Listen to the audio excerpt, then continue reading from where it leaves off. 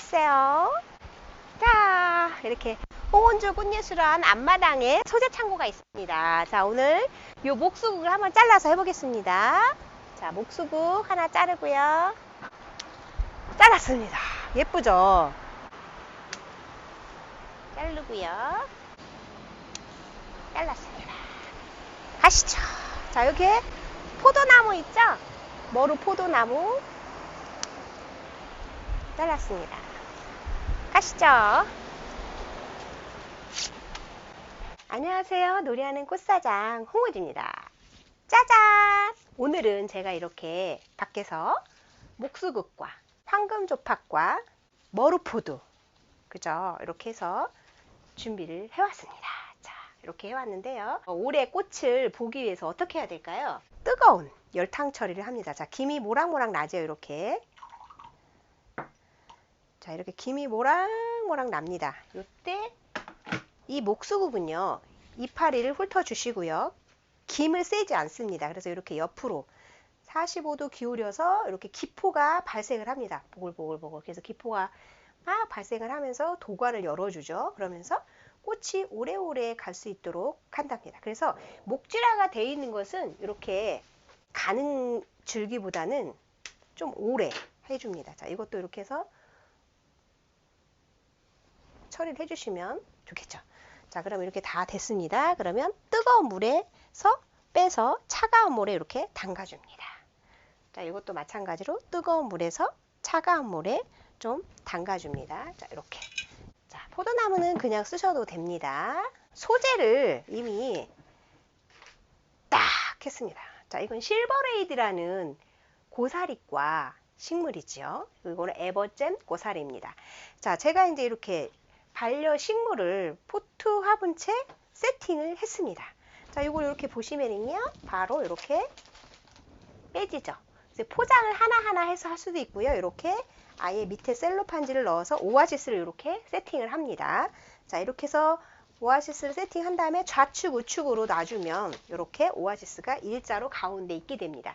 그럼 꽃을 꽂아주시면 되는데요. 이때 오아시스에 물이 항상 있기 때문에 이 고사리는 습한 걸 좋아합니다. 고사리과 식물들은. 그래서 여름에 컬러를 좀 시원한 컬러로 해서 이렇게 상자라든가 꽃바구니라든가 이런 꽃박스에다가 꽃을 생화를 꽂으실 때 이렇게 절화로 된 물론 소재를 써도 좋지만 이렇게 아예 자체 화분으로 된 소재를 써도 훨씬 더 오래가고 좋고요. 생화가 시들고 나면 이 식물들을 그냥 그대로 여기에서 보시다가 한 1년 정도 있다가 보시면서 여기서 나중에 화분으로 분갈이 하시면 아주 예쁘답니다. 반려식물에 꽃을 더하다. 홍원주 꽃예술원의 대표 상품이죠. 자, 그러면 이 실버레이디와 고사리는요, 음지식물이에요. 양지에 놓으시면 안 돼요. 그리고 습하기 때문에 스프레이를 좀 해주시면 좋고요. 물이 마르면은 잎들이 이렇게 축 처집니다. 그래서 물이 마르지 않도록 물 관리를 잘 해주시고, 고사리과들은 여름에 특히 좋은데, 같은 고사리끼리 이렇게 존을 만들어 주시면 집에서 키우실 때나 사무실에서 키우실 때 그렇게 해주시면 좋습니다. 자, 그럼 오늘 이제 여기에 어떤 꽃을 꽂을지 소개를 해드리도록 하겠습니다. 자, 오늘은 리시안사스 종류를 위주로 꽂도록 하겠습니다. 자, 리시안사스는 이렇게 여러 가지 컬러가 있지요.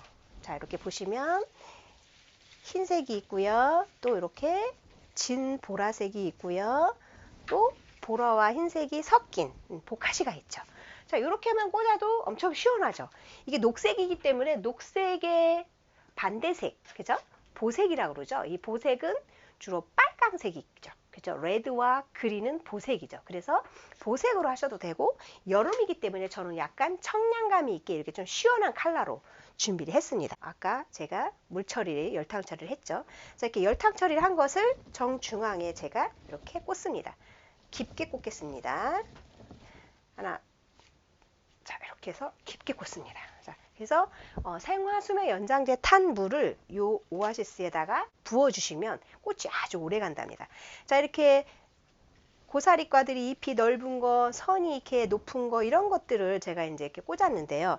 밀림 속에서 꽃을 이렇게 탁 한 송이 핀 것 같은 그런 느낌이 들죠. 그래서 존재감이 덩어리로 피기 때문에 조금 이렇게 높게 꽂기보다는 좀 이렇게 안쪽에 꽂아서 깊이 꽂아줍니다. 자, 그 다음에 이렇게 아가판더스라고 그래서 되게 예쁘지요? 되게 예쁜 것 같아요. 자, 이렇게 아가판더스를 짧게 꽂는 것보다는 이렇게 선에서 하나의 이렇게 덩어리로 꼭 피기 때문에 이것을 높게 꽂도록 하겠습니다. 자, 그래서 보시면 이쪽 뒤쪽에서요, 좀 이쪽으로 하나를 이렇게 꽂아주고요. 또 하나는 또 이렇게 해서 하나를 꽂아줘서 뭔가 이렇게 시원한 느낌으로 뒤쪽과 앞쪽에서 이렇게 보일 수 있도록 이렇게. 자, 그러면 여기에 이제 또 그래도 또 장미를 꽂아줘야 되겠죠? 자, 이렇게 해서 향이 아주 좋습니다. 자, 이렇게 향이 좋은 장미를 키를 너무 높게 꽂지 않고 조금 낮게 꽂도록 하겠습니다. 자, 이렇게 해서 이쪽에 한 송이 꽂아주고요. 뒤쪽에서 또 한 송이. 그래서 장미의 밑에 이렇게 지저분한 꽃잎은 좀 따주도록 하겠습니다. 자, 이렇게 해서 꽂았습니다. 보라색은 약간 진한 색이기 때문에 가장자리보다는 좀 이렇게 안쪽으로 꽂도록 할게요. 그래서 하얀색 사이사이에 목수국이죠. 이게 라임라이트라고 합니다. 그래서 처음에는 그린에다가 그 다음에 흰색에다가 이렇게 변하더라고요. 그래서 작년에도 제가 이제 나무를 조그만 때 사왔는데 지금 아주 커서 아주 잘 쓰고 있답니다. 그래서 이렇게 꽃이 필요할 때 가서 쓰시면 굉장히 좋답니다. 그래서 꽃집이 마당이 넓으신 분들은 이렇게 소재 창고를 꽃집 앞마당에다 놓고 키워서 쓰시면 아주 좋을 것 같아요. 흰색으로 또 이렇게 잎을 조금 이렇게 보시면서 꽃을 내가 어느 지점에다 꽂아야 될까 이렇게 생각을 하면서 꽂아주시면 되겠습니다. 그래서 꽃을 많이 꽂아도 되고요.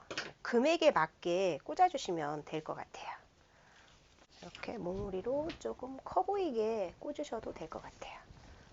이렇게 조금 높낮이가 있게끔 꽂아주면 훨씬 더 시원해 보이고 예쁘죠.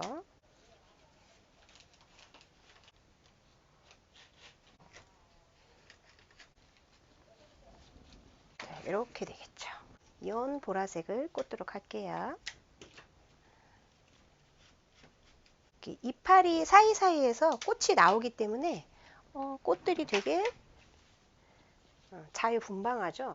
이파리는 이 자체 화분이 소재이기 때문에 이렇게 해서 사이사이에서 꽃이 나오는 것처럼 이렇게 해주시면 되겠습니다.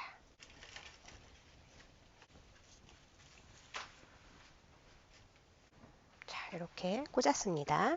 자, 그 다음에 이제 마지막으로요, 하이베리컴을 꽂도록 하겠습니다. 자, 하이베리컴은 이렇게 열매가 빨갛게 되죠. 자, 그래서 잎이 많기 때문에 좀 잎을 따서 이제 사이사이에 꽃 사이사이에 넣도록 하겠습니다.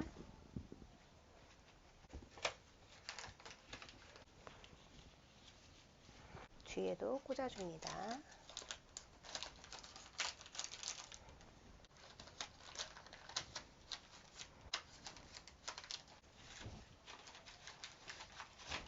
이렇게 모루포도 가져온 것을 좀 앞에 좀 이렇게 늘어지게 꽂아보도록 할게요.